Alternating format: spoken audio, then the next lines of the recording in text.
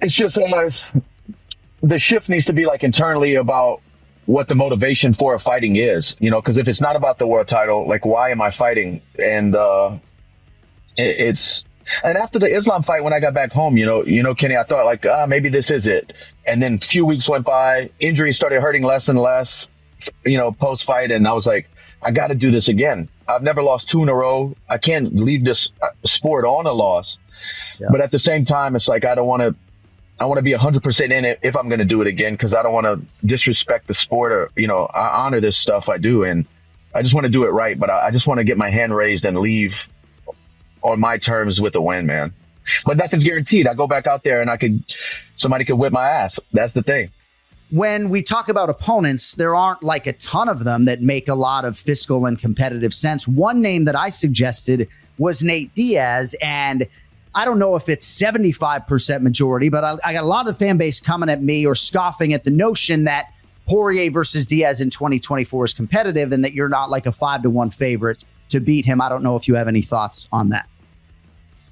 The thing with the Diaz is, I'm in contact with the UFC behind the scenes about my next moves all the time. Like we talk, when do I want to fight again? How bad are my injuries? Things like that. And when I brought his name up, the last time I brought his name up, they didn't want to talk about him. They didn't want to do business.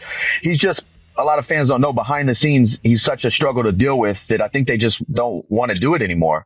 But if it came around, if that was something that was a reality, I 100% would take the fight right now, sign a contract today. And Nate knows that because I've done it a few times, and he can say what he wants. Every time a fight has fell apart with me and him, it's been on his side. It's been him over negotiating. It's been him doing crazy shit behind the scenes, and it's fell apart. It's fell apart. I've accepted every fight I've ever been offered with Nate, and I would accept one right now.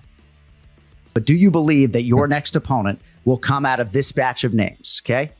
Nate Diaz, okay. Nate Diaz, Conor McGregor, Alexander Volkanovski, Justin Gaethje, Max Holloway, Charles Oliveira, Colby Covington. 100%. I mean, I can't fucking come up with anybody else. Those are some big ass names, man. You're in a good position there, Dustin. Yeah, for sure. For sure. Yeah. If I do fight again, and when I do fight again, it'll be definitely one of those guys you just said. And, I think Covington's probably too much noise. You're looking for reliability, somebody to show up on the date with all due respect. And maybe the preamble with that would be less than desirable.